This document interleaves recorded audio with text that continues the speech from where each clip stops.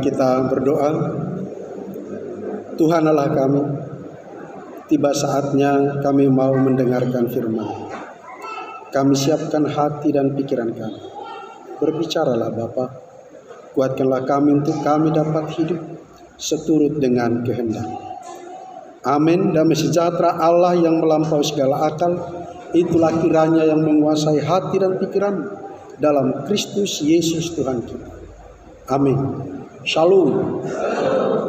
Puji Tuhan, firman Tuhan yang menjadi pedoman hidup kita dalam minggu ini diambil dari Injil Lukas pasal yang keempat, ayatnya yang ke-14 sampai yang ke-21. Saya membacakannya untuk kita. Demikian firman Tuhan. Dalam kuasa Roh kembalilah Yesus ke Galilea, dan tersiarlah kabar tentang Dia di seluruh daerah itu. Sementara itu, Ia mengajar di rumah-rumah ibadat di situ, dan semua orang memuji Dia.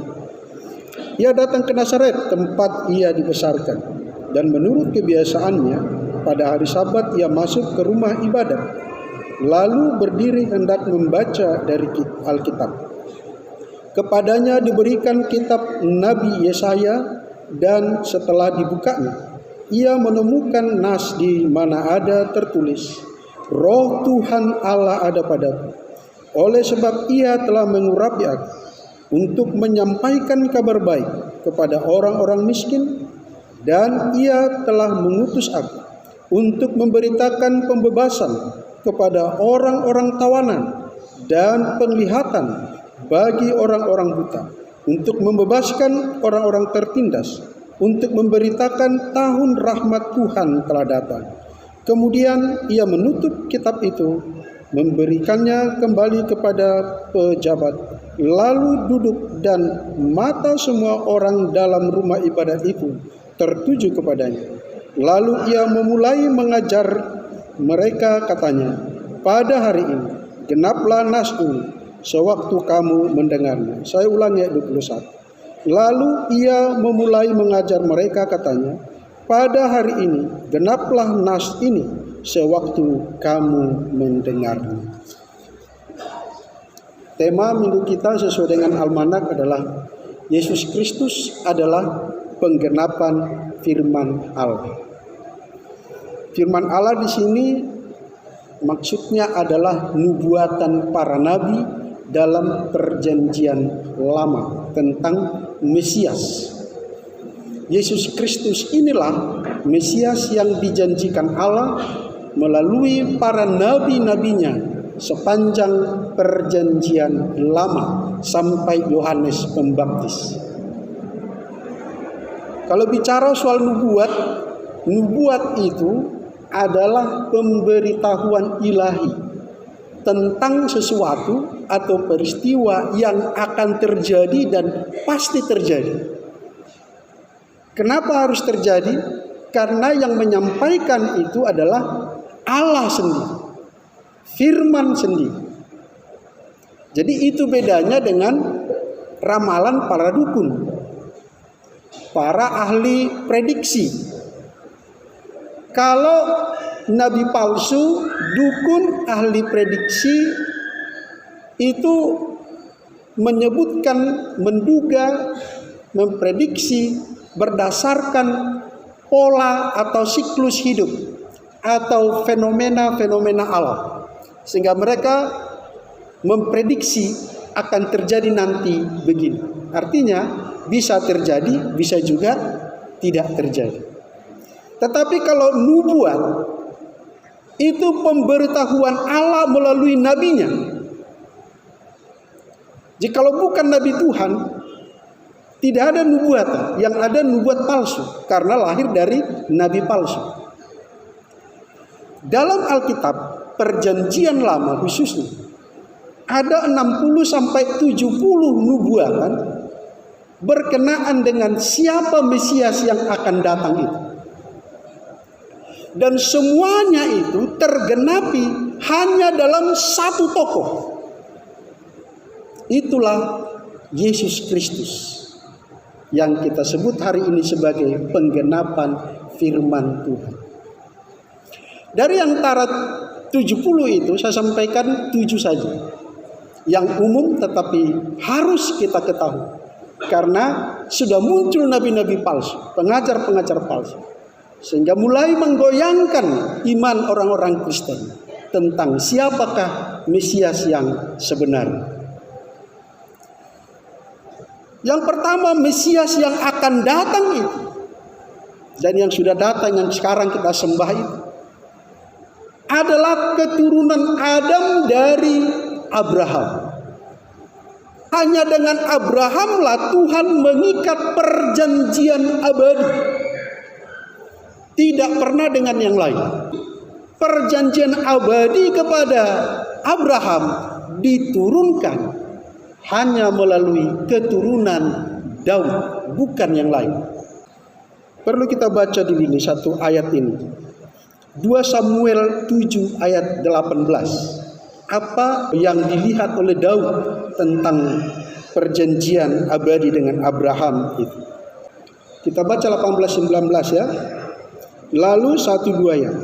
Lalu masuklah Raja Daud ke dalam, kemudian duduklah ia di hadapan Tuhan sambil berkata, siapakah aku ini ya Tuhan Allah, dan siapakah keluargaku, sehingga engkau membawa aku sampai sedemikian ini. Dan hal ini masih kurang di matamu ya Tuhan Allah.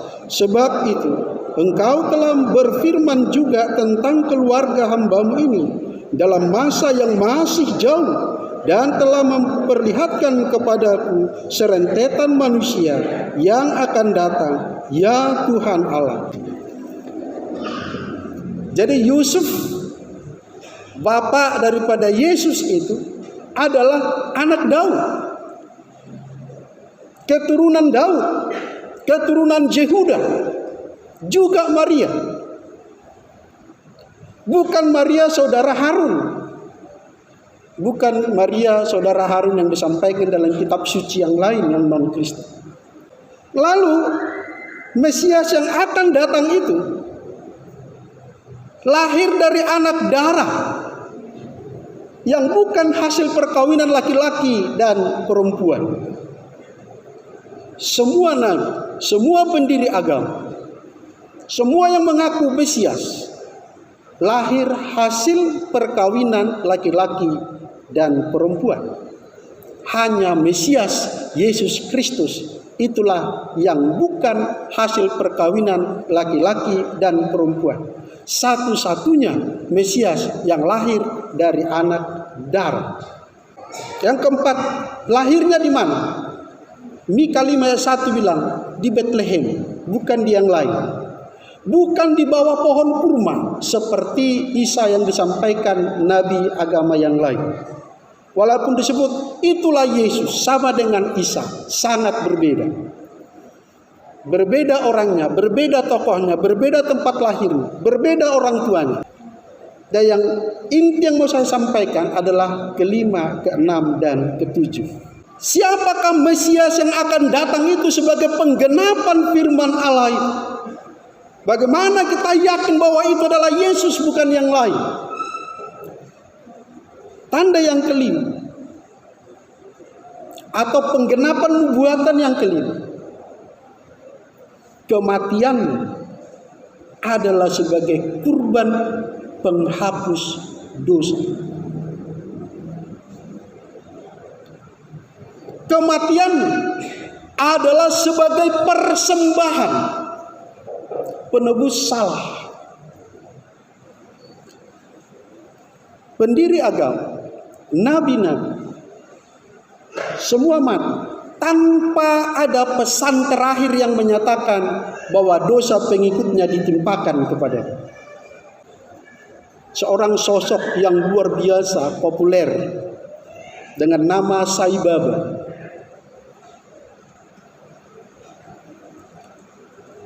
Dia bisa mengeluarkan ngas dari mulutnya. Orang menyentuh jubahnya saja sudah merasa di surga. Dia adalah Tuhan yang menjadi manusia bagi pengikutnya. Tapi pada jam-jam kematiannya tidak ada pesan yang meyakinkan pengikutnya bahwa dosa pengikutnya ditimpakan kepadanya. Tidak ada satu pendiri agama pun, termasuk agama yang terbesar di negeri kita ini, yang pendirinya mati sebagai tebusan, sebagai kurban. Dan itu adalah merupakan penggenapan dari upacara-upacara keagamaan Yahudi. Sebab tidak ada pengampunan dosa tanpa pencurahan darah. Itu sudah dimulai sejak dari Adam. Harus darah yang tercurah untuk menghapus dosa manusia. Dan darah hewan itu selama ribuan tahun merupakan perlambang, pertanda akan datangnya Mesias yang akan datang, yang menjadi korban yang sempurna. Kalau orang Yahudi yang paling miskin, kalau tidak mempersembahkan korban domba, sepasang burung merpati. Itu sebabnya keluarga Yesus itu keluarga yang sangat sederhana. Karena ketika dia dibawa ke bait Allah, orang tuanya hanya membawa sepasang burung merpati. Status sosialnya di bawah. Saudara yang dikasihi oleh Tuhan, saya ingatkan kepada kita, banyak ajaran yang menyampaikan tidak perlu ada korban penebusan dosa. Masing-masing orang bertanggung jawab dengan dosanya masing-masing. Yesus itu menjadi Tuhan, diangkat menjadi Tuhan oleh karena dia taat sampai mati. Artinya ini menurut mereka nih ya, pengajar-pengajar palsu ini, pengajar nabi-nabi palsu, guru-guru palsu. Artinya kamu juga bisa menjadi Mesias jika kamu bisa taat sampai mati. Saudara yang dikasihi Tuhan, yang benar ialah kenapa Yesus bisa taat sampai mati? Karena dia adalah Sang Firman itu sendiri. Di luar dia tidak ada yang bisa taat. Itu yang betul. Sebab tidak ada manusia di kolong langit ini yang hidupnya suci sesuci Tuhan. Henok bergaul dengan Allah bukan berarti dia jadi suci seperti Tuhan. Elia juga terangkat hidup-hidup, padahal kita tahu Elia itu penakut. Artinya dia berdosa juga. Hanya Yesus satu-satunya manusia yang menggenapkan firman Tuhan, nubuatan, tanda mesianik, bahwa dia mati sebagai korban persembahan bagi dosa manusia. Yang keenam, Mesias yang akan datang itu pada zaman dulu dan sekarang sudah kita kenal. Kehadirannya di bumi, pelayanannya di bumi adalah merupakan penggenapan perayaan-perayaan suci menurut kitab Taurat Imamat Musa. Tangkap ini baik-baik. Mesias itu kehidupan pelayanannya adalah penggenapan yang dilambangkan dalam perayaan-perayaan agama Yahudi sejak zaman Musa.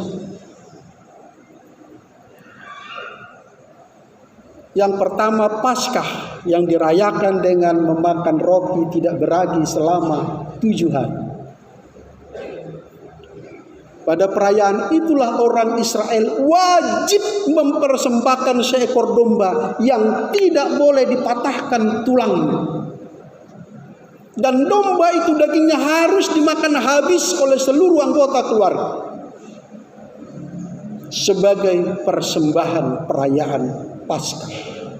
Pelepasan, menyatakan kelawatan Allah, persekutuan dengan Tuhan bagi orang-orang pilihannya, dan kematian bagi orang-orang yang tidak mengikuti.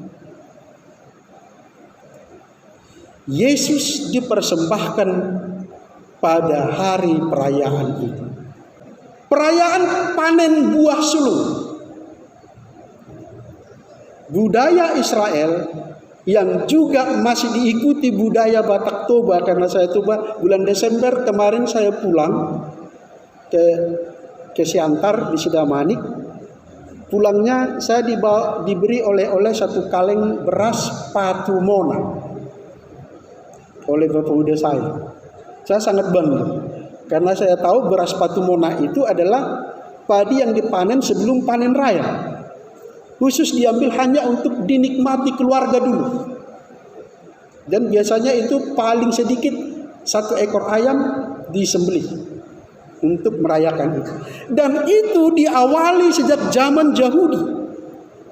Bahwa sebelum panen, keluarga harus menikmati dulu. Ini namanya buah sulung. Yesus adalah buah sulung dari kebangkitan. Paulus berkata demikian. Yang sulung dari antara orang mati yang bangkit naik ke surga. Tapi kan banyak yang naik ke surga tanpa mati. Alkitab menceritakan Henok naik ke surga, Elia naik ke surga, tapi nggak mati kan. Tapi waktu Yesus adanya orang-orang dibangkitkan.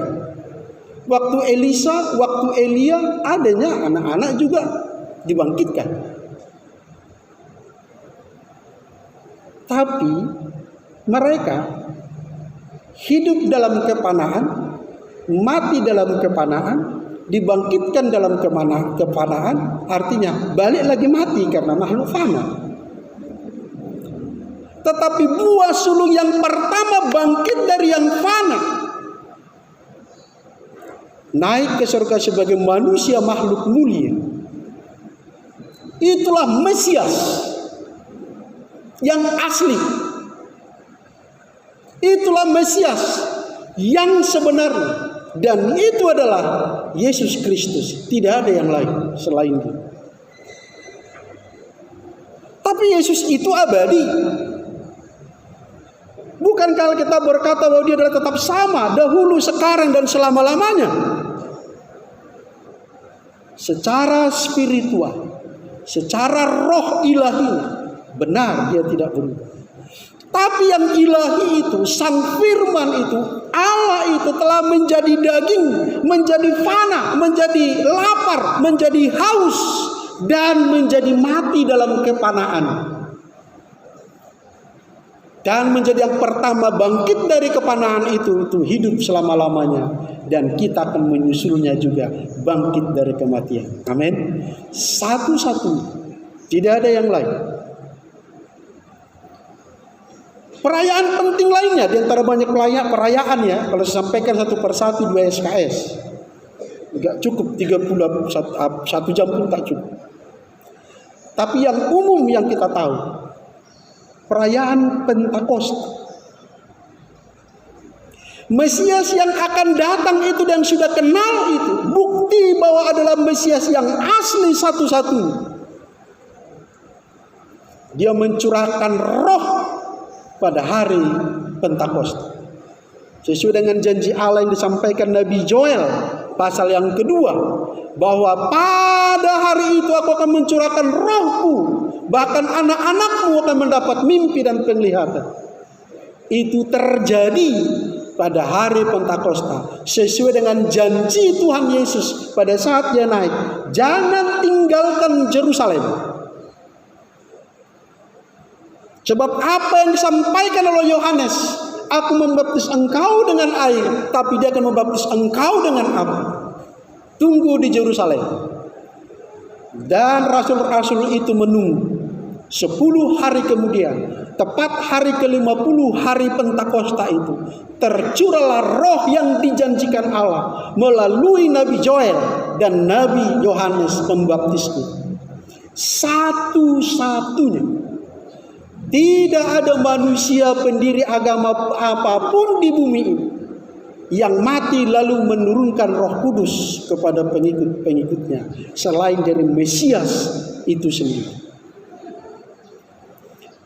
Dan yang terakhir, yang menjadi masalah bagi orang Yahudi dalam perikop ini. Kalau kita baca nats khotbah kita tadi sampai ke bawah, begitu Yesus berkata, pada hari ini ketika kamu mendengarnya, genaplah firman ini. Orang Yahudi marah. Alkitab mencatat, baca sampai ke bawah perikop itu, dia hendak dibuang ke jurang. Dia hendak dibuang ke jurang.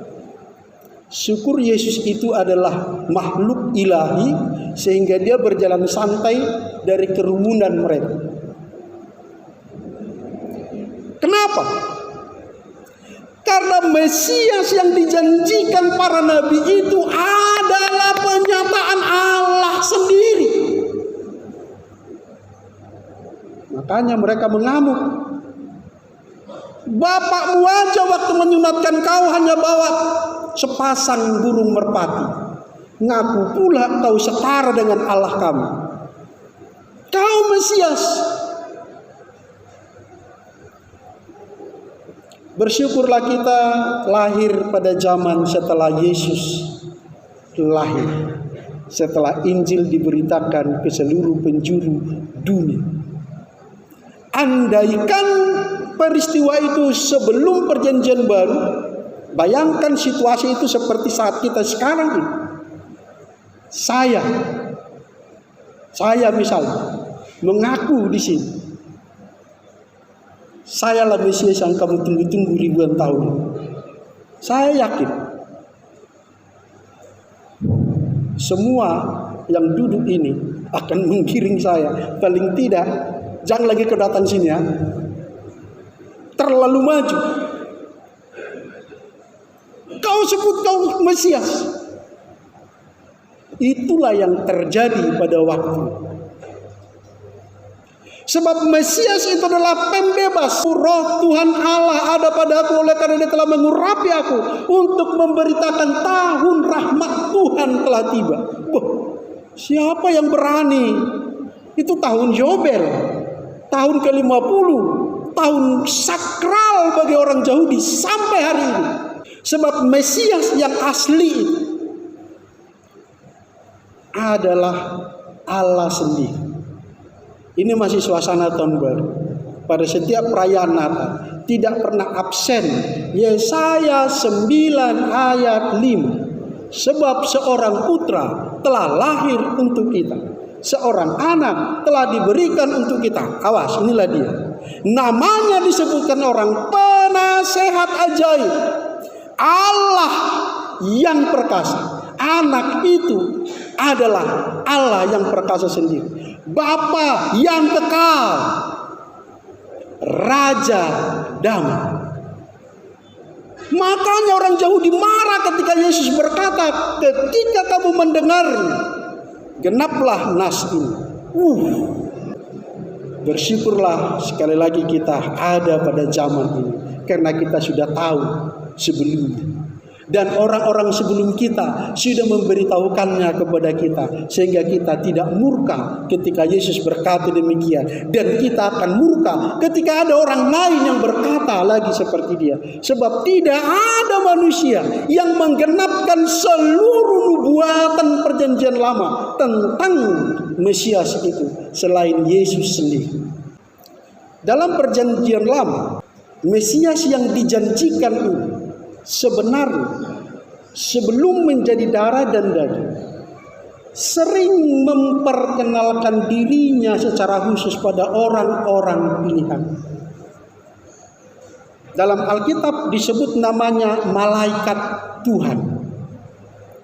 Kalau Bapak Ibu pembaca Alkitab yang baik, dalam kitab Kejadian sampai Raja-Raja itu sering tertulis kata malaikat Tuhan. Malaikat Tuhan itu dalam bahasa aslinya Theophany. Theophany itu artinya Allah dalam rupa manusia. Theophany inilah yang dilihat oleh Adam di Taman Eden. Teofani inilah yang dilihat Abraham di bawah pohon terbanting. Teofani inilah yang dilihat oleh Daud. Teofani yang dilihat oleh Nuh dan nabi-nabi yang lain. Dan teofani yang dilihat oleh Musa di Gunung Sinai yang nampak hanya punggungnya saja. Teofani inilah yang dijanjikan oleh nabi-nabi yang datang sebagai Mesias Allah dalam rupa manusia sejati. Semoga anak cucu kita kelak menerima firman dari kita tentang Mesias ini, sehingga bahkan sepeninggal kita, anak cucu kita tetap beriman kepada Yesus Kristus Sang Mesias, penggenapan firman Allah. Saudara yang dikasihi oleh Tuhan, perjanjian lama bukan hanya dipakai oleh orang Kristen.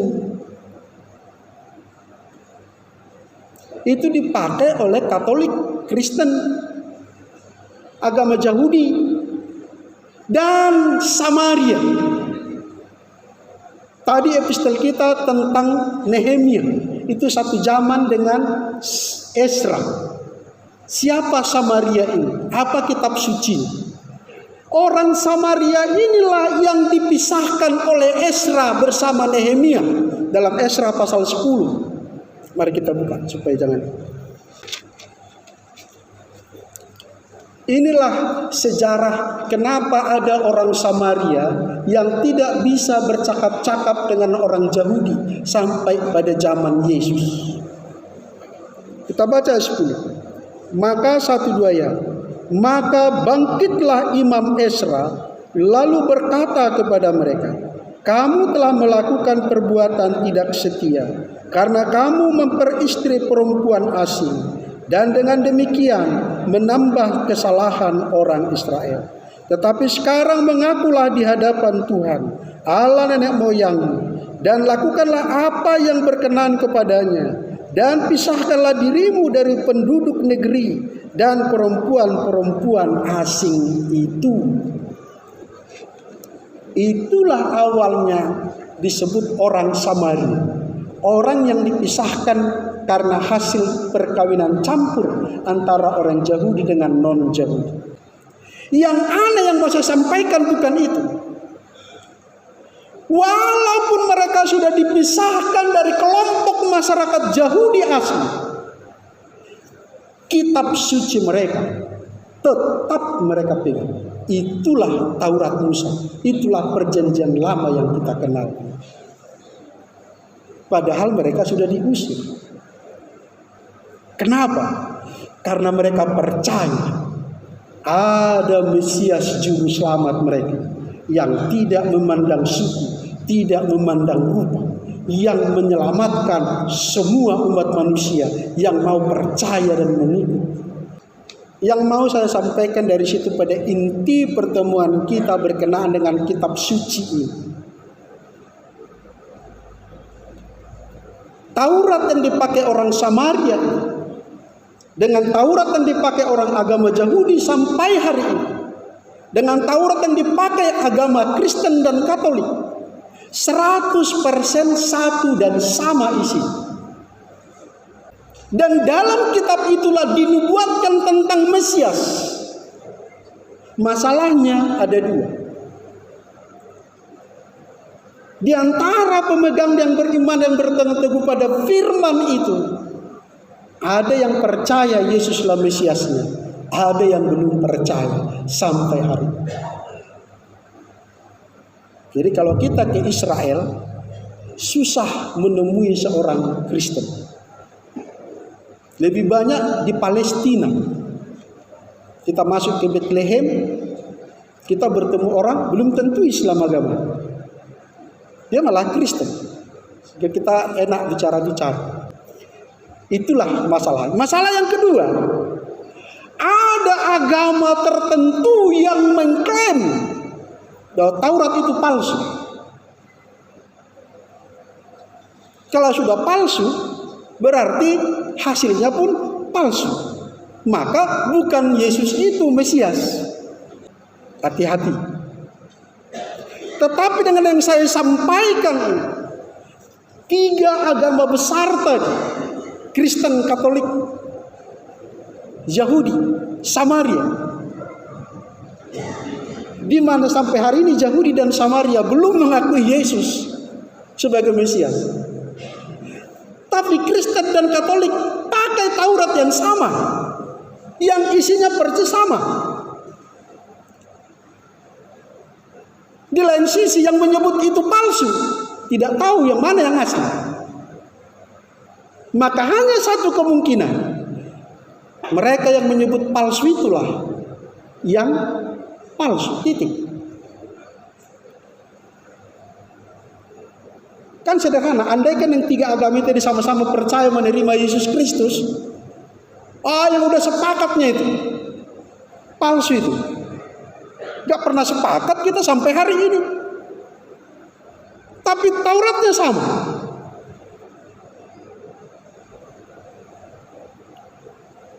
Oleh sebab itu saudara yang diberkati oleh Tuhan, tema minggu ini, Yesus Kristus adalah penggenapan firman Tuhan untuk meneguhkan iman kita tidak tergoyahkan dari Yesus Kristus sebagai Mesias satu-satunya, Tuhan dan Juru Selamat. Penggenapan nubuatan firman Tuhan, tidak ada yang lain.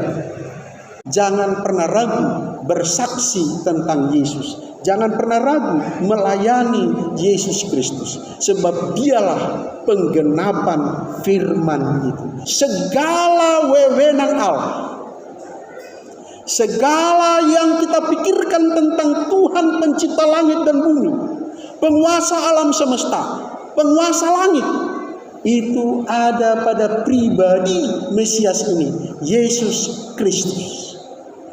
Kalau kita berkata Allah pencipta langit dan bumi adalah Allah yang maha kuasa, Yesus maha kuasa.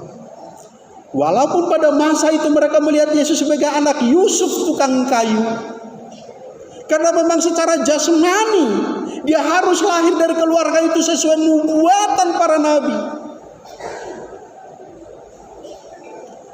Tapi secara spiritual sekarang kita tahu Yusuf anak tukang kayu itu adalah Allah sendiri.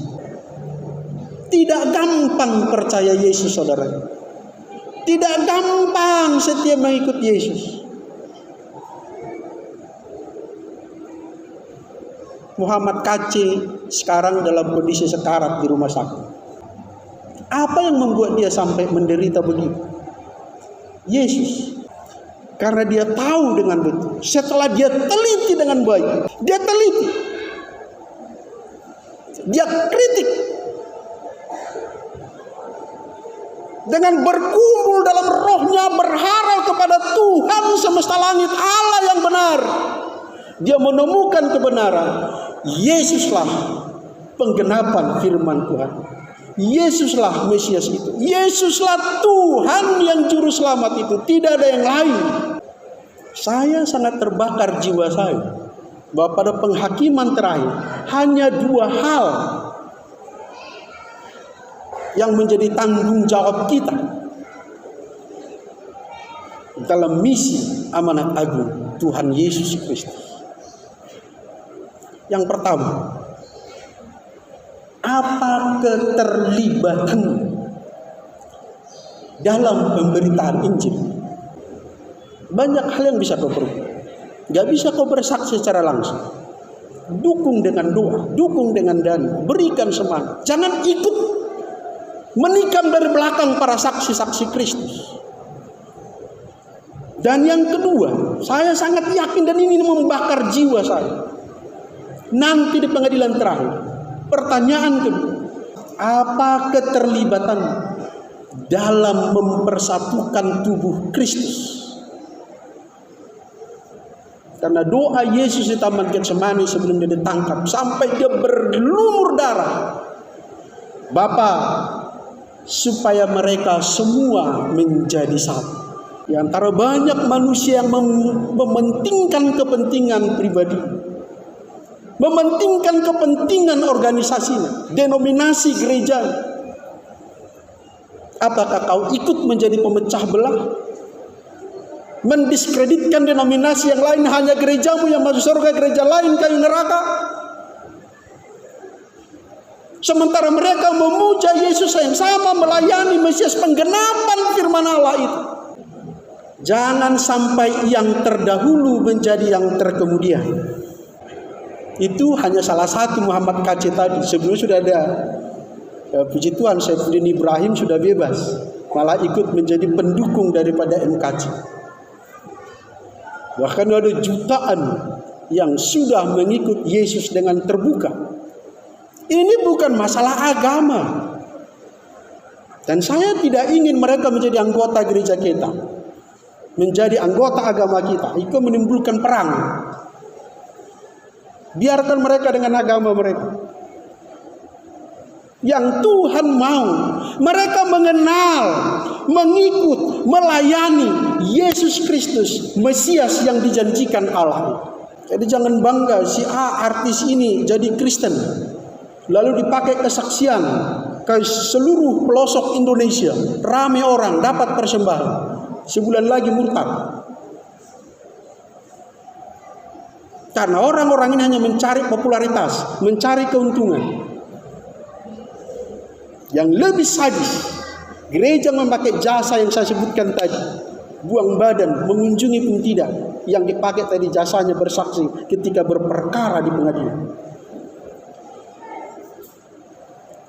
Kita sebagai anak-anak Tuhan, kalau engkau sudah tahu dan percaya Yesuslah penggenapan nubuatan perjanjian lama, Yesuslah Mesias yang benar itu, alasan apa lagi untuk kau meninggalkannya? Alasan apa lagi untuk kau tidak terlibat dalam penginjilan? Alasan apa lagi untuk kau tidak terlibat dalam penyatuan tubuh Kristus? Ketika kita pulang sebagai orang Kristen, inilah tugas kita. Sangat miris saudara yang dikasih itu. Saya sudah sampai ke Papua dan Mentawai. Kami para penginjil-penginjil, saya tidak pernah minta dana ya, seberapa puluh tahun saya melayani di sini ya. Mereka tidak pernah diutus oleh gereja dengan jaminan hidup, fasilitas hidup. Mereka bergumul. Bahkan ada yang sampai hanya makan ubi. Sementara gereja-gereja sibuk dengan fisik bangunan. Megah kurang megah. Dan di dalam gereja yang megah itu, mungkin 30%-nya masih di bawah garis kemiskinan. Bahkan banyak yang pengangguran. Inikah misi gereja? Awas, gereja bukan organisasi. Engkau dan aku, persekutuan kita, harus ambil bagian dalam penginjilan, dalam penyatuan tubuh Kristus. Amin. Mari kita berdoa. Bapa, kami telah mendengarkan firman-Mu ya dan amin. Tuhan, kami berdoa supaya kami orang-orang pilihan, orang-orang tebusan yang mengerti dan percaya Engkaulah satu-satunya Mesias yang benar, penggenapan firman Allah. Kami bangga menjadi salah satu dari antara ribuan bahkan miliaran manusia yang percaya dan mengikut Engkau. Sekarang Bapa, kuatkan kami, bakar hati kami, untuk kami ambil bagian dalam tugas pada zaman akhir ini. Untuk kami semakin gencar menyatakan Kristus Tuhan. Untuk kami semakin gencar mengumandangkan kesatuan tubuh Kristus. Terima kasih Bapa. Dalam nama Yesus kami berdoa. Amin.